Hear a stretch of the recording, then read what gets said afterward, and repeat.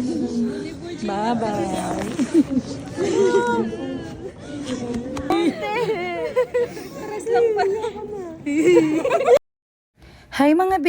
Today is March 27, 2026 and ito na nga yung last day ko dito sa Hokkaido. Sobrang nabising ako sa pagliligpit ng gamit kaya naman hindi na talaga nasundan yung video na yun. Kaya heto ako nagbabalik, nag-a-upload na naman yung vlogger na yan. 7 AM nga ako pipick upin dito sa apartment kaya nga maaga na rin akong kumilos nito. Dahil last almasal ko na nga dito sa Hokkaido. Luto nga ng beef tapa tong ka-roommate ko. Sabay-sabay na nga kami nag-almasal nito bago pumunta sa airport. So tinapon ko nga lang yung ibang natira kong gamit and need ko na magpaalam sa apartment na tinirahan ko for 3 years. Mga around 7 AM na nga to, hinihintay na lang namin yung sundo ko. Yung mga maghahatid sa akin kanina pa yan nag-iiyakan. Bali 20 packs nga yung batch namin dito sa Hokkaido. And 5 nga sa amin ay hindi na mag-extend. And another 2 years naman para dun sa mga mag-extend. At dahil big nga yung family ko dito sa Hokkaido, chinaga ko nga tong magsulat ng love letter at ibibigay ko sa kanila mamaya. In this way, dito ko may express kung gaano ka thankful and kung gaano ko na-appreciate yung existence nila sa buhay ko. Sa 3 years ko dito sa Japan, marami silang naitulong sa akin mentally, emotionally, and physically. And sila talaga yung support system na meron ako dito sa Hokkaido. Medyo mahirap magpaalam pero may mga bagay talaga na kailangan na nating let go.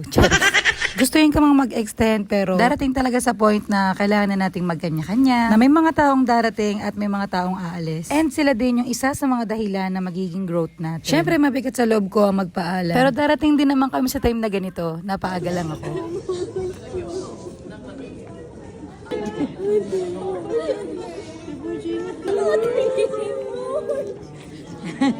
Tara na, magbo-boarding na.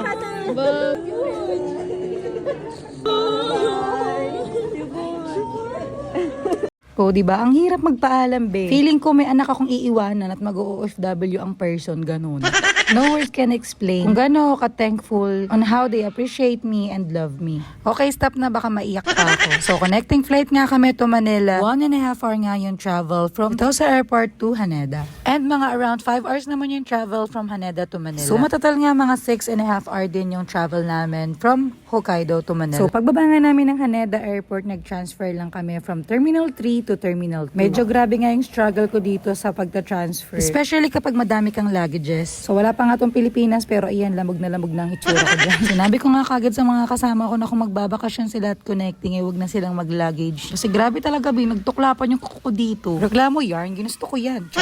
So pagpasok nga namin, dumiretso kami sa immigration para butasan na to ang aming residence card. And grabe, kulang na kulang nga kami sa oras na ito kasi pagdating namin, nag-start yung boarding. Kaya nga lang at hindi na ako nakabili ng sandwiches and onigiri, pasalubong ko sana sa family ko sa Pinas. Dahil mahigit 5 hours nga din yung biyahe namin, natulog muna ako dito. Medyo kahit pa paano nakabawi din sa tulog dahil 2 hours nga lang yung tulog ko neto kaninang umaga. At medyo napaaga nga yung dating namin dito sa Manila. Kagising ko neto, nag-ready na sila for landing. Namawala mga kami ng katabi ko neto kasi napaaga kami ng 1 oras. At parehas ngang wala pa yung sundo namin. Paglapag nga namin, inlanghap ko na ang simoy ng Pilipinas. Amoy kurakot, charis. And in fairness totoo ang chismis. Ang tataray ng mga nasa immigration.